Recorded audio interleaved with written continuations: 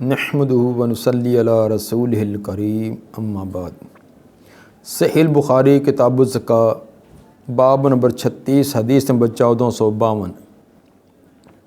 باب زکوٰۃ الابل، زکوٰۃ کے احکام و مسائل بیان کیے جا رہے تھے۔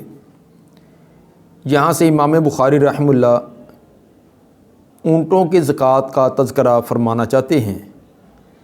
اگر کسی کے پاس مال مویشی اونٹ کی شکل میں ہے، جیسے کہ عربوں کا اکثر کا مال یہی ہوتا تھا، تو ان پر زکوٰۃ کا نصاب کیا ہوگا؟ باب زکوٰۃ الابل کے اندر زکوٰۃ کے مختلف احکام امام صاحب بیان کرنا چاہتے ہیں، یعنی اونٹوں کے زکوٰۃ کا وجوب اور ادا نہ کرنے والے کے لیے وعید اور ادائیگی پر اس کی فضیلت، یہ تمام چیزیں اس باب کے تحت بیان فرمائیں گے۔ ذکر ابو بکر و ابو ذر و ابو ہریرہ رضی اللہ عنہم عن النبی صلی اللہ علیہ وسلم۔ اس سلسلہ میں یعنی اونٹوں کی زکوٰۃ کے متعلق سیدنا ابو بکر، سیدنا ابو ذر اور سیدنا ابو ہریرہ رضی اللہ عنہم، ان تمام صحابہ سے نبی صلی اللہ علیہ وسلم سے روایات آئی ہیں۔ سیدنا ابو بکر صدیق رضی اللہ تعالیٰ عنہ کی روایت آگے ایک حدیث کے بعد یعنی حدیث نمبر 1454 کے تحت آ رہی ہے، اور ویسے پیچھے بھی حدیث نمبر 1399 اور 1400 ان کے تحت بھی حضرت ابو بکر رضی اللہ تعالیٰ عنہ کی روایت پیچھے گزر چکی ہے۔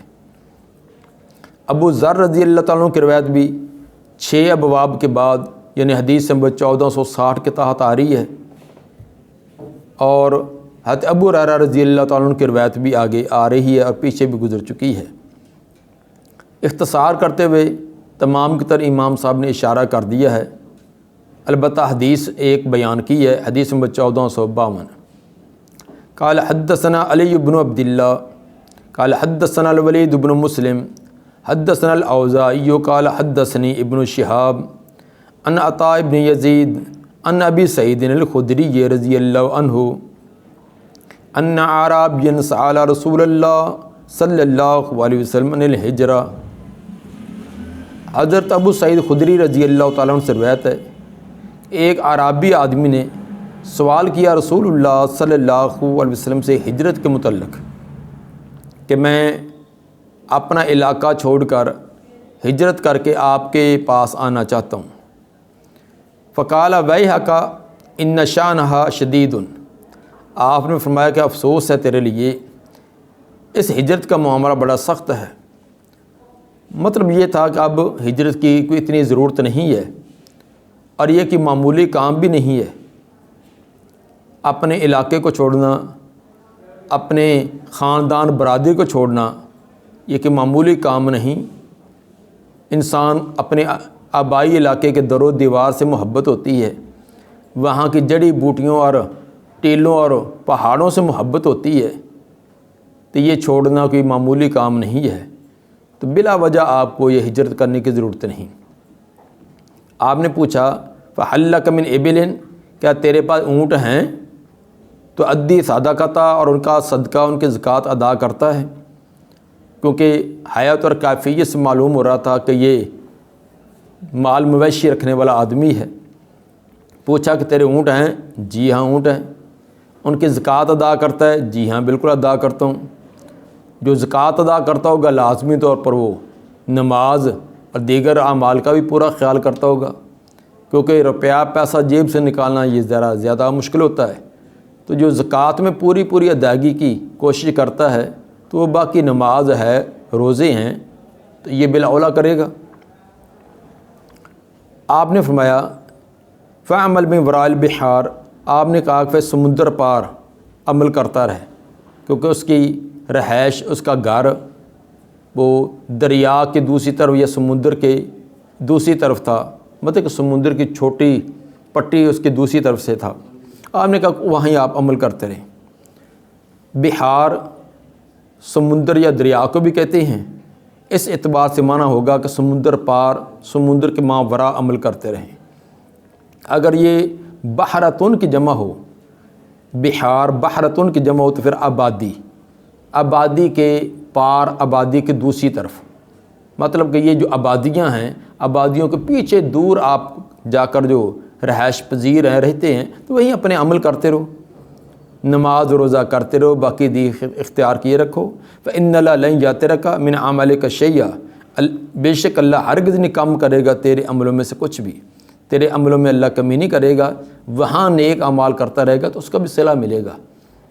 مطلب یہ تھا کہ ہجرت تو تب ہوتی ہے اپنے علاقے میں دین اسلام پر عمل کرنے کی دشواری ہے، مشکل ہے، تو ایسی صورت کے اندر تو ہجرت کرے۔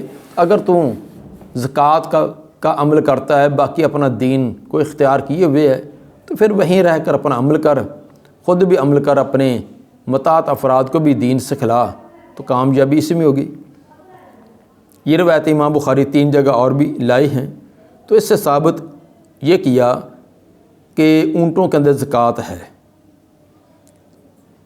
کتنے اونٹوں کتنی زکوٰۃ آئے گی اس کی تفصیل آگے آ رہی ہے، اس کے اندر صرف اتنا ہی بتلا دیا کہ اونٹ جو ہے یہ بھی ان مال مویشیوں میں سے ہیں جن کے اندر زکوٰۃ دینا لازمی ہے۔ باب نمبر 37، باب من بالغت عنده صادقۃ بنت مخاض ولیست عنده، باب ہے جس کے وہاں بنت مخاض کا صدقہ اور زکوٰۃ بنتی ہو لیکن بنت مخاض اس کے پاس نہ ہو۔ بنت مخاض کہتے ہیں اونٹنی کی 1 سالہ بچی، اونٹنی کی 1 سالہ بچی جس کا 1 سال مکمل ہو گیا اور دوسرا شروع ہو تو اس کو بنت مخاض کہتے ہیں۔ تو یہ آگے والے باب کے اندر تفصیل آ رہی ہے کہ کتنے اونٹ ہوں تو اس پر زکوٰۃ کے اندر کیا آئے گا۔ تو ایک بنت مخاض، جب 25 سے زیادہ اونٹ ہوں تو اس وقت وہاں بنت مخاض آتی ہے۔ تو مثلاً ایک آدمی کے ذمے بنت مخاض 1 سالہ بچی زکوٰۃ میں آتی تھی، لیکن وہ اس کے پاس نہیں ہے، بلکہ اس سے بڑا جانور ہے، مثلاً وہ بنت مخاض کے بجائے ابن لبون ہے یا جزا ہے، حکہ ہے، تو اب وہ کیا کیا جائے؟ اس کے سلسلے میں امام بخاری رحمہ اللہ جو شریعت نے اصول اور قانون بتلایا وہ بتلانا چاہتے ہیں کہ اس کی 2 ہی صورتیں ہوں گی کہ مال مویشی والے کے پاس جو زکوٰۃ بنتی ہے وہ چھوٹی عمر کا جانور بنتا ہے لیکن اس کے پاس بڑی عمر کا ہے۔ اب وہ کیا کرے گا؟ اب وہ بڑی عمر کا زکوٰۃ میں دے دے تو زکوٰۃ وصول کرنے والے سے 1 سال کے فرق پر 2 بکریاں یا 20 دینار لے لے گا۔ مثلا جو زکوٰۃ وصول کرنے کے لیے سرکاری آدمی گیا ہے، اس نے 1 سالہ بچی اس کی بنتی تھی، اس نے 2 سالہ بچی دے دی ہے۔ اب 2 سالہ بچی کی قیمت زیادہ ہوتی ہے، تو اگر وہ مالک چاہے تو زکوٰۃ وصول کرنے والے سے 2 بکریاں یا 20 دینار لے لے گا۔ اگر اس کی الٹ شکل ہو تو مثلاً زکوٰۃ میں وہ جانور بنتا تھا جو 2 سالہ ہے، لیکن اس کے پاس 2 سالہ نہیں ہے، 1 سالہ ہے۔ اب یہ 1 سالہ دے دے گا اور ساتھ اس کمی کو پورا کرنے کے لیے 2 بکریاں یا 20 دینار دے دے گا۔ یہ تھا ایک طریقہ، اور یہ ہر 1 سال کے فرق پر یہی چیز چلتی آئے گی۔ اگر 1 سال کا فرق ہے تو 2 بکریاں یا 20 دینار، 2 سال کا فرق ہے تو 4 بکریاں اور 40 دینار، اسی طرح 1 سال کے فرق جانور کے فرق پر 2 بکریاں یا 20 دینار اس کے اندر اضافہ یا مالک دے دے گا یا مالک وصول کر لے گا۔ حدیث نمبر 1453، قال حدثنا محمد بن عبد اللہ قال حدثني ابی قال حدثني ثمامہ ان انس رضی اللہ عنہ حدث ان ابا بکر رضی اللہ عنہ کاتب له فریضۃ الصدقہ۔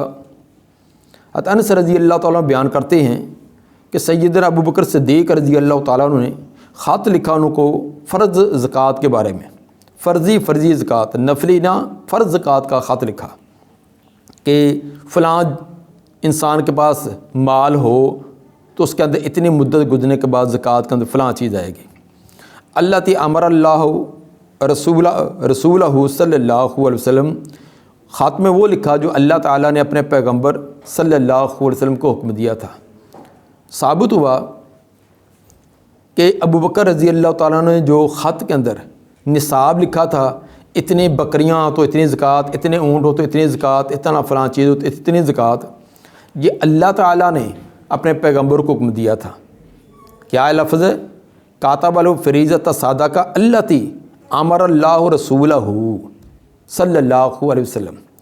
ابو بکر رضی اللہ تعالیٰ نے خاتمے میں وہ فرض زکوٰۃ لکھی تھی جو اللہ تعالیٰ نے اپنے رسول صلی اللہ علیہ وسلم کو اس کا حکم دیا تھا۔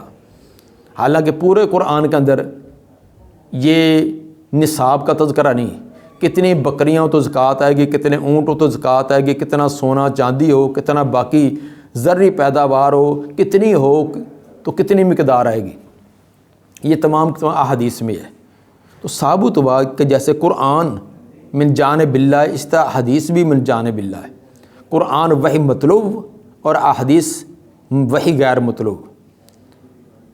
قرآن جو ہے یہ بھی اللہ کی طرف سے ہے اور یہ بھی حجت اور دلیل ہے، اور احادیث جو نبی صلی اللہ علیہ وسلم سے ثابت ہے، صحیح سند کے ساتھ ثابت ہو کہ واقعی یہ پیغمبر کا فرمان ہے، تو وہ بھی حجت اور دلیل ہے، اور وہ بھی من جانب اللہ ہے۔ وما ینطق عن الہویٰ ان ھو الا وحی یوحیٰ۔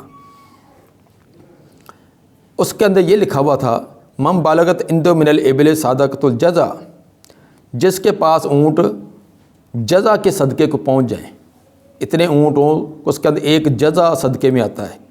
جزع کہتے ہیں جس کے 4 سال مکمل ہو چکے ہوں، وہ اونٹ جس کے 4 سال مکمل ہو کر 5ویں سال میں ہو، یعنی پورا جوان، بھرپور جوانی والا۔ ولیست عنده جزع، لیکن اس کے پاس جزع ہے نہیں، زکوٰۃ بنتی جزع کی لیکن جزع اس کے پاس نہیں ہے۔ وہ عنده حقہ، لیکن اس کے پاس ایک حقہ ہے۔ حقہ ہوتا ہے جو جس کے 3 سال مکمل ہو گئے ہوں، 3 سال مکمل، چوتھا شروع ہو، تو جزع جو ہے یہ بڑا ہوتا ہے، حقہ اس سے چھوٹا ہوتا ہے۔ زکوٰۃ بنتی تھی بڑے کی، بڑا اس کے پاس نہیں، اس سے 1 سالہ چھوٹا ہے، وہ چھوٹا اس کو وہ دے دے۔ فإنها تقبل منه الحقہ، اس سے وہ حقہ ہی قبول کر لیا جائے، پریشان نہ کیا جائے کہ لازمی طور پر تو وہی لا کر دے۔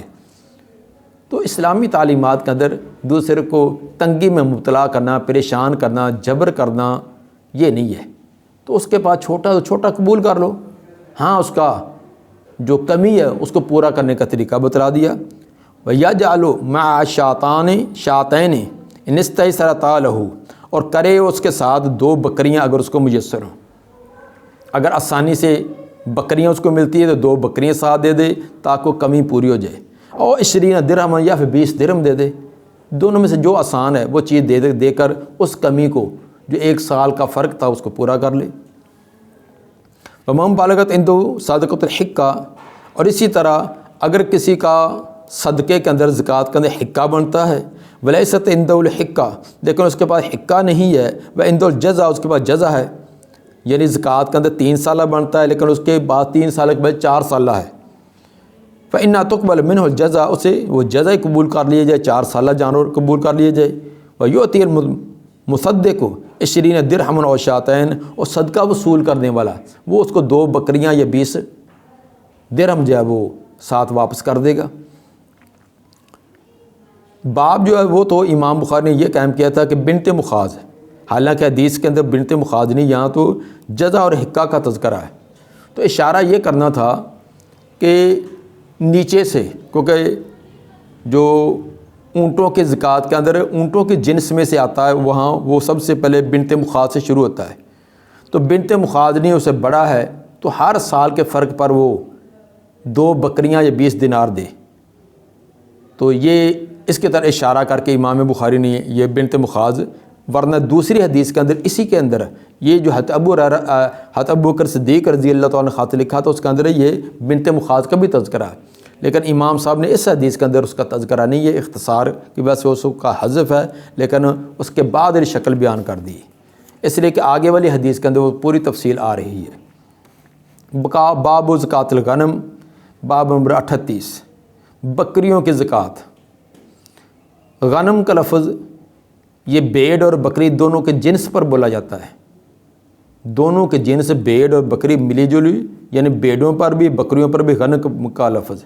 ہاں صرف بکری ہو تو اس کے لیے معزون کا لفظ عربی میں استعمال ہوتا ہے، جیسے اکیلی بھیڑ ہو تو اس کے لیے زانن کا لفظ آتا ہے، بکری کے لیے معز اور بھیڑ کے لیے زان، اور دونوں کی جنس بکری ہے بھیڑ ہے تو اس کے لیے غنم۔ امام بخاری رحمہ اللہ زکوٰۃ الغنم کا لفظ لا کر یہ اشارہ کرنا چاہتے ہیں کہ بھیڑ اور بکری ان کو ایک ہی جنس شمار کیا جائے گا اور نصاب کے اندر ان کو اکٹھا شمار کیا جائے گا۔ مثلا ایک آدمی کے پاس 20 بکریاں ہیں، 20 بھیڑیں ہیں، تو ان کو الگ نہیں بلکہ اس کو ایک جنس شمار کر کے 40 سمجھ کر زکوٰۃ آئے گی، ورنہ اونٹ کی جنس الگ ہے۔ ایک آگ کے پاس مثلا 4 اونٹ ہیں اور 30 بکریاں ہیں، تو نہ اونٹوں پر زکوٰۃ نہ بکریوں پر، بکری کی زکوٰۃ ہوتی ہے 40 پر، اونٹ کی زکوٰۃ شروع ہوتی ہے 5 پر، ان کو اکٹھا نہیں کیا جائے گا۔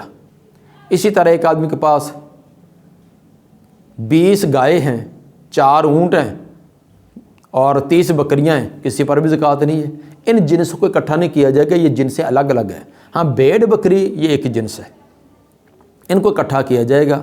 30 بکریاں ہیں، 10 بھیڑیں شمار کر کے 40 کی تعداد ہے، زکوٰۃ آئے گی۔ یہ تھا امام بخاری رحمہ اللہ کا اشارہ کہ زکوٰۃ الغنم کے اندر بھیڑ اور بکری دونوں کو مشترکہ اکٹھا کیا جائے گا۔ اس آگے والی حدیث کے اندر جو تفصیل کے ساتھ زکوٰۃ آئی ہے اس کے اندر بکریوں کی بھی ہے اور اونٹوں کی بھی ہے، اور اسی طرح سونے چاندی کی بھی اس کے اندر زکوٰۃ بیان کی گئی ہے۔ لیکن امام بخاری رحمہ اللہ خصوصی طور پر جس کا تذکرہ کرنا چاہتے ہیں وہ زکوٰۃ الغنم ہے، اس لیے کہ ایک تو بکریوں کی ہے، دوسری اونٹوں کے بھی 5 سے لے کر 24 تک اونٹ، اتنی تعداد ہے تو اس میں زکوٰۃ آئے گی، لیکن اونٹ کی شکل میں نہیں، وہ بکری کی شکل میں آئے گی۔ تو اونٹ بھی اگر 24 کی تعداد تک پہنچے تو اس کی بھی بکری کی قسم میں سے زکوٰۃ آتی، اس لیے زکوٰۃ الغنم کے اندر دونوں چیزیں شامل کر دی۔ حدیث نمبر 1454، حدثنا محمد بن عبد اللہ بن المثنى الانصاری قال حدثني ابی قال حدثني ثمامۃ بن عبد اللہ بن انس ان انسا حدثه ان ابا بکر رضی اللہ عنہ کاتب له هذا الكتاب۔ حضرت انس رضی اللہ تعالیٰ فرماتے ہیں کہ ابو بکر صدیق رضی اللہ تعالیٰ عنہ نے یہ خط ان کو لکھا، کب لما وجہہ الی البحرین، جب وہ بحرین کی طرف گئے، جب حضرت انس رضی اللہ تعالیٰ عنہ کو بحرین کا عامل بنا کر، وہاں کا نگران بنا کر بھیجا، تو ان کو ساتھ خط یہ بھیجا کہ اس انداز سے وہاں زکوٰۃ وصول کرنی۔ خط کی ابتدا یہ تھی بسم اللہ الرحمن الرحیم، بسم اللہ الرحمن الرحیم سے ابتدا اور آغاز ہوا ہے۔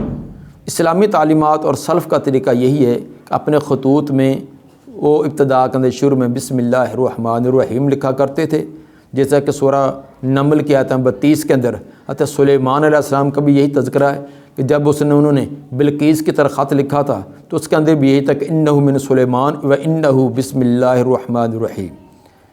تو 786 نہیں لکھا، نہ تو سلیمان علیہ السلام نے 786 استعمال کیا، نہ نبی نے نہ صحابہ نے۔ نبی صلی اللہ علیہ وسلم کے بھی خطوط موجود ہیں، ملتے ہیں، وہ بھی بسم اللہ الرحمن الرحیم سے آغاز ہے، صحابہ کرام کا بھی یہی۔ تو ان کا یہ حروف ابجد لکھنا یہ کوئی اسلامی تعلیمات میں نہیں ہے، اسلامی سلف کا طریقہ نہیں ہے، یہ بعد کے اندر عجمی لوگوں کی ایک سازش ہے قرآن سے دور کرنے کی کہ بسم اللہ کے یہ لفظ نکالو فلاں کہ یہ، یعنی اس کو پڑھنے کی ضرورت نہیں ہے، کس کا 786 لے دو، کس کا 382 لے دو، کس کا فلاں لکھ دو، اور یہ 786 بسم اللہ کا بنتا بھی نہیں ہے، یہ بھی ایک سازش ہے، لفظ کچھ اور بنتے ہیں، یہ بسم اللہ الرحمن الرحیم کے حروف ابجد 786 نہیں بنتے۔ تو یہ ایک لمبی بحث ہے، بہرحال ان حروف کو استعمال کر کے کسی نے سورہ اخلاص کے حروف ابجد نکال کر تویز بنا کر گلے میں ڈالا ہوا، کسی نے سورہ معوذتین کا، کسی نے سورہ فاتحہ کا، کسی نے سورہ یاسین کے حروف ابجد نکال کے اتنے فلاں 2382 4369 7518 اس طرح کے نکال کر وہ یہ سمجھتے کہ ہم نے قرآن کی فلاں صورت گلے میں لٹکائی۔ تو یہ ایک سازش ہے۔ قرآن ہے جو اللہ کی کلام ہے، اس کو پڑھیں، خود پڑھیں، پڑھ کر اس کا اپنی دین اور دنیا کی رہنمائی حاصل کریں۔ اور یہ بھی نہیں کہ قرآن کو گلے میں لٹکانے کے لیے یہ نہیں آیا، قرآن پڑھنے کے لیے آیا ہے۔ تو یہ بھی ہماری مسلمانوں کی ایک بڑی کہ تعویذ گلے میں ڈالا ہوا ہے۔ یہ تو کبھی کسی نے کہا کہ کسی ڈاکٹر نے کوئی نسخہ لے کر دیا ہے تو وہ نسخہ، وہ دوائی میڈیسن لینے کے بجائے اس کا وہ جو پرچی پر دوائی لکھی اس کو گلے میں تو کبھی نہیں لٹکایا، گلے میں لٹکائی جو ٹھیک ہو جائیں گے۔ تو قرآن پڑھنے کے لیے آیا ہے، نہ کہ گلے کے لٹکانے کے لیے۔ تو پھر اس سے بھی 2 ہاتھ آگے اس کے حروف ابجد نکال لیجئے، حروف ابجد سے آگے پتہ نہیں پھر کیا کچھ بنتا جا رہا ہے۔ اس لیے قرآن کو خود پڑھیں، اپنے اولادوں کو پڑھائیں صحیح تلفظ کے ساتھ، پھر اس کا ترجمہ، پھر اس کا مفہوم سمجھنے کی کوشش کریں۔ بہرحال ابوبکر صدیق رضی اللہ تعالیٰ نے لکھا تھا بسم اللہ الرحمن الرحیم حاذی فریضۃ الصدقہ التی فرض رسول اللہ صلی اللہ علیہ وسلم علی المسلمین، یہ فرضی زکوٰۃ ہے۔ صدقہ کا لفظ زکوٰۃ کے لیے یہ پہلے بات بتلائی ہے کہ صدقہ کا لفظ فرضی زکوٰۃ اور نفلی صدقات دونوں پر بولا جاتا ہے۔ پھر اس پر صدقہ پر الف لام ہے جو بتلاتا ہے کہ اس سے خاص صدقہ یعنی فرضی صدقہ ہے، اور پیچھے فریضہ کا لفظ بھی بتلاتا ہے کہ یہ فرضی صدقہ ہے، یہ فرض صدقہ ہے، فرض زکوٰۃ ہے جو رسول اللہ صلی اللہ علیہ وسلم نے فرض کی تھی مسلمانوں پر۔ تو ثابت ہوا کہ نبی صلی اللہ علیہ وسلم کے فرض کردہ چیزیں ان پر بھی لازم ہے، اور نبی نے جو فرض کی تھی وہ اللہ کے حکم سے کی ہے، جیسے کہ پیچھے والی حدیث میں آ چکا ہے۔ تو اگر کوئی یہ کہہ دے کہ ہمیں صرف قرآن ہی کافی ہے، حدیث کی ضرورت نہیں ہے، تو اس کا مطلب کہ جو نبی کی زبان سے بہت سارے احکام لازم ہوئے ہیں ان سب کو یہ تو چھٹی ہوگی، بہت سارے اوامر، بہت سی نواہی جو نبی کی زبان سے امت کو دیے گئے ہیں ان سے چھٹی ہوگی، باقی پھر قرآن کو لے لیں۔ پھر قرآن کا مطلب بھی کیا ہوگا؟ اپنی مرضی کا۔ یہ بھی ایک بہت بڑی سازش ہے جو منکرین حدیث ہیں کہ کسی نہ کسی طرح امت کو یہ فرق کر دیا جائے کہ یہ قرآن حجت ہے، حدیث حجت نہیں ہے، نبی کے فرامین سے الگ کر دیا جائے۔ جب حدیث کے بارے میں یہ مشہور کر دیا جائے یہ حجت نہیں ہے تو مطلب کہ دین کا ایک بڑا حصہ تو گیا، باقی رہ گیا قرآن۔ اب قرآن کی شرح کیا ہوگی، مطلب کیا ہوگا؟ اپنی مرضی کا، جتنا صلاۃ کا معنی، زکوٰۃ کا معنی، فلاں کا معنی اپنی مرضی کے کیے ہوئے، اور تمام کے تمام دین کا حلیہ ہی بگاڑ کر رکھ دیا گیا۔ یہ ایک بہت بڑا فتنہ اور بہت بڑی سازش ہے۔ واللتی امر اللہ بہا رسولہ، اور یہ وہ ہے جس کا اللہ نے حکم دیا اپنے رسول کو۔ یہ بھی دیکھیں جو رسول اللہ صلی اللہ علیہ وسلم نے مسلمانوں پر فرض کیا، اور آپ نے فرض اپنی طرف سے نہیں کیا، یہ اللہ نے حکم دیا۔ اور یہ بات پہلے بتلائی ہے کہ اللہ تعالیٰ نے جو حکم دیا زکوٰۃ کے نصاب کے بارے میں یہ قرآن میں نہیں ہے، پھر وہ کہاں سے ہے؟ وہ حدیث سے ملے گا۔ فمن سئلھا من المسلمین علی وجہھا فلیؤتھا، جس سے سوال اس زکوٰۃ کے بارے میں سوال کیا گیا کسی مسلمان سے جو اس کا حق بنتا ہے وہ اس کو دے۔ اس نبی کی تعلیمات کے مطابق کسی سے زکوٰۃ کا سوال کیا جائے تو وہ اس کو دے۔ من سئل فوق کا، جو اسے زیادہ طلب کرے فلا یؤتی، پھر وہ نہ دے۔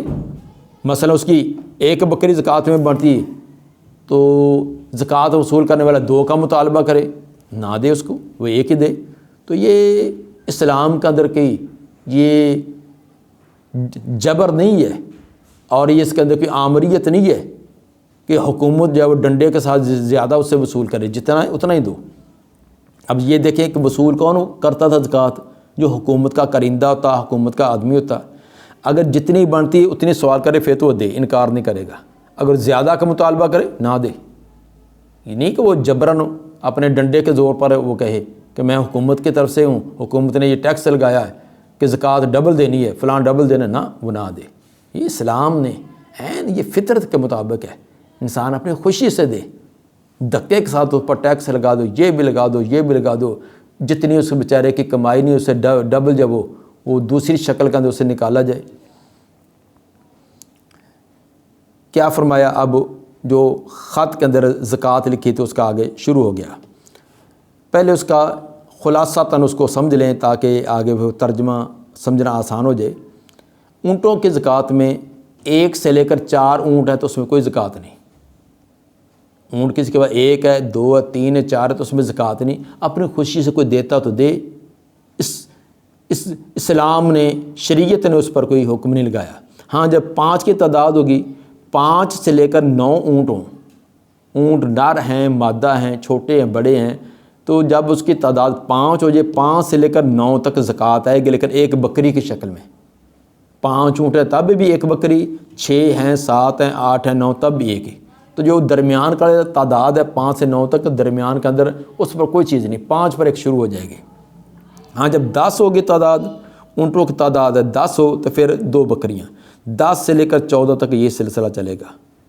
جب 15 ہو جائیں تو 15 پر 3 بکریاں زکوٰۃ میں آئیں گی، 15 سے لے کر 19 تک یہ 3 ہی رہیں گی۔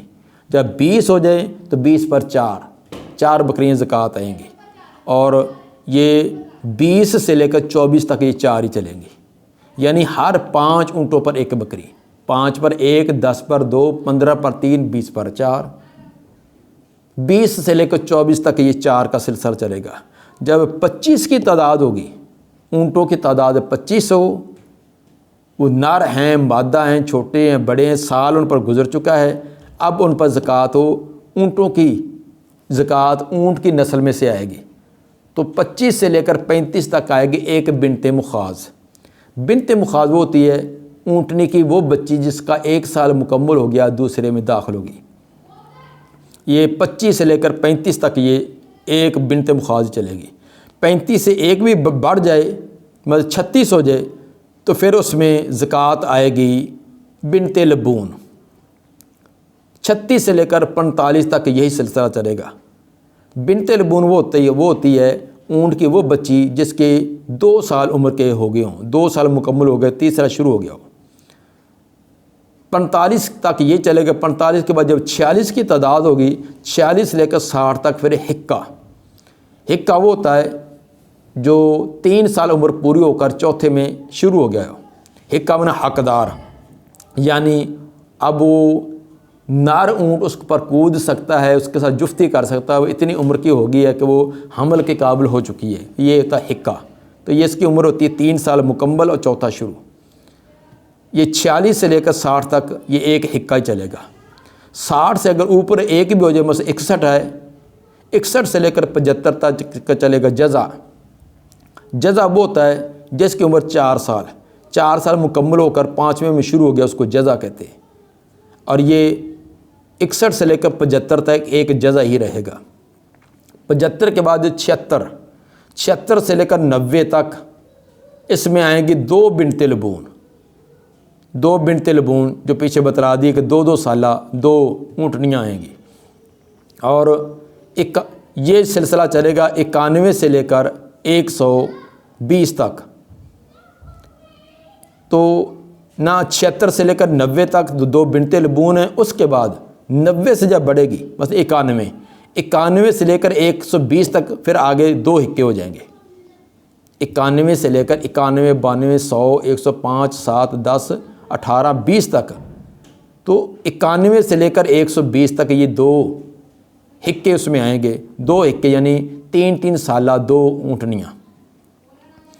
اس کے بعد 120 کے بعد پھر ایک اور اصول بیان کر دیا، ہر 40 کی تعداد پر ایک بنت لبون اور ہر 50 کی تعداد پر ایک حکہ۔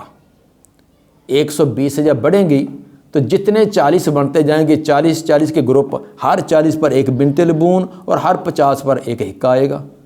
تو جتنے بھی 40 بن جائیں، جتنے بھی 50 بن جائیں، اتنے وہ جانور زکوٰۃ میں آئیں گے۔ یہ تھا اونٹوں کی زکوٰۃ۔ اب دیکھیے آپ نے فرمایا فی 24 من الابل فما دون من الغنم، 24 اونٹوں سے یا 24 سے کم ہوں، 24 یا 24 سے کم ہوں تو ان کے اندر من الغنم فی 24 من الابل، 24 اونٹ ہوں، فما دونا یا اس سے کم ہو من الغنم تو بکریوں کی شکل میں زکوٰۃ آئے گی۔ 24 یا 24 سے کم ہوں اونٹ تو اس کے اندر اونٹ نہیں بلکہ ایک بکری کی شکل میں زکوٰۃ آئے گی کتنی؟ من کل 5 شاتن، ہر 5 کے اندر ایک بکری، 5 کے اندر ایک بکری آئے گی، جیسے وضاحت پہلے کر دی۔ فیضا بالغت 25 الی 35، جب تعداد پہنچے 25 سے لے کر 35 تک کی تعداد پہنچے، ففیہ بنت مخاض انسا، اس کے اندر ایک بنت مخاض ایک مادہ بنت مخاض آئے گی، یعنی یک سالہ بچی۔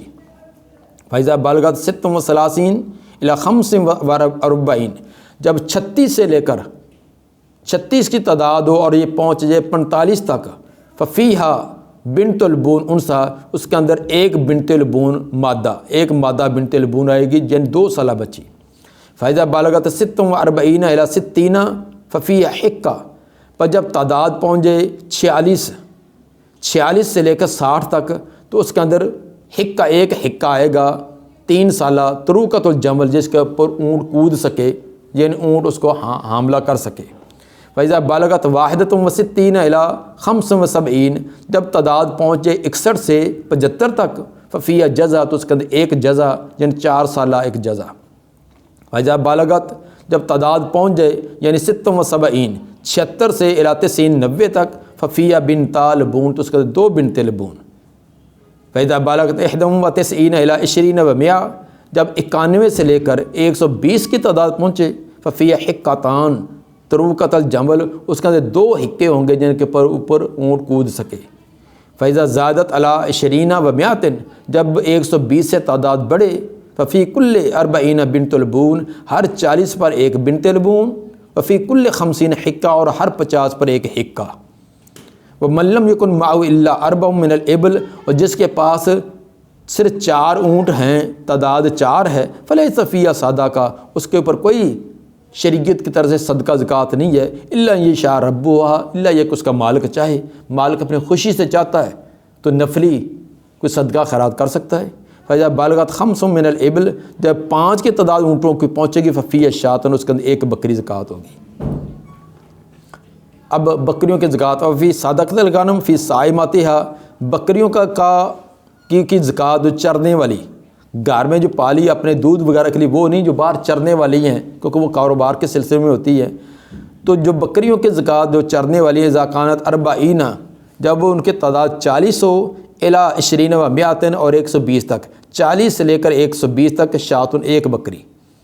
فیضا زادت علی 20 و 100 الی 200 شاطان، جب 120 سے بڑھے یعنی 121 ہو جائے، 121 سے لے کر 200 تک بکریوں کی تعداد 120 سے اوپر ہو، یعنی 121 سے لے کر 200 تک، اس کے اندر شاطان 2 بکریاں زکوٰۃ میں آئیں گی۔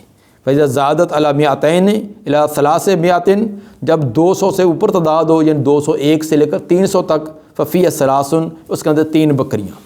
فیضا زادت علی 300، جب 300 سے بھی تعداد پہنچے، ففی کل 100 شاۃ، تو ہر 100 پر ایک بکری۔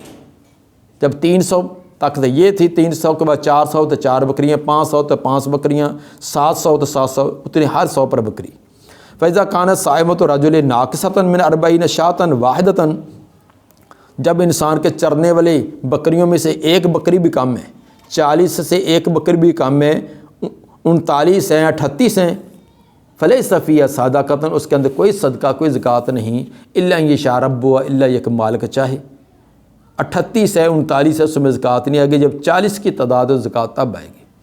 اور پھر رکعت ربع العشر، اور چاندی کا اندر ربع العشر ہے، ربع العشر مانا 40واں حصہ، ربع مانا چوتھا، عشر مانا 10واں۔ پہلے کسی چیز کا چوتھا حصہ نکالو، چوتھے کا بھی 10واں، یا پہلے 10واں نکالو، 10ویں کا چوتھا، تو 40واں حصہ بنے گا۔ مثلاً 40 کا ربع نکالے، چوتھا حصہ نکالے، وہ 10 بن جائے گا، 10 کا 10واں حصہ وہ 1 آ جائے گا، یعنی 40 میں سے 1۔ رکہ چاندی کو کہتے ہیں، رکہ سے میں وارے کا تھا، تو وارے کا واؤ کو حذف کر کے اس کے عوض آخر میں تا لگا دیجیے، طرح عدتن، اصل میں وعدن تھا، اسی طرح یہ تعلیل ہوئی ہے۔ 40 چاندی جو ہے اس کے اندر 40واں حصہ ہے، فإن لم تكن إلا 90 و 100، جب نہ ہو مگر اس کے پاس 190، فلیس فیہ شیء، اس کے اندر بھی کوئی شے نہیں، الا یشاء ربھا، الا یہ کہ اس کا مالک چاہے۔ چاندی کی وضاحت پیچھے آ چکی ہے کہ 5 اوقیہ ہو، اور ایک اوقیہ جو 40 درہم کی ہوتی ہے، یعنی 200 درہم، 200 درہم ہو، سال گزر جائے، تب اس میں سے 40واں حصہ زکوٰۃ آئے گی۔ اگر 200 نہیں ہے، تعداد کم ہے، مثلا 190 ہے، 195 ہے، تو اس پر زکوٰۃ نہیں۔ ہاں مالک اپنی مرضی سے چاہے تو کچھ دے دے، ورنہ شریعت کی طرف سے اس پر زکوٰۃ نہ ہوگی۔ دعا ہے کہ اللہ تعالیٰ نبی صلی اللہ علیہ وسلم کے ان تمام فرامین کو کما حق کو سمجھ کر ان پر عمل کرنے کی توفیق عطا فرمائے۔ سبحان ربک رب العزت عما یصفون والسلام علی المرسلین والحمد للہ رب العالمین۔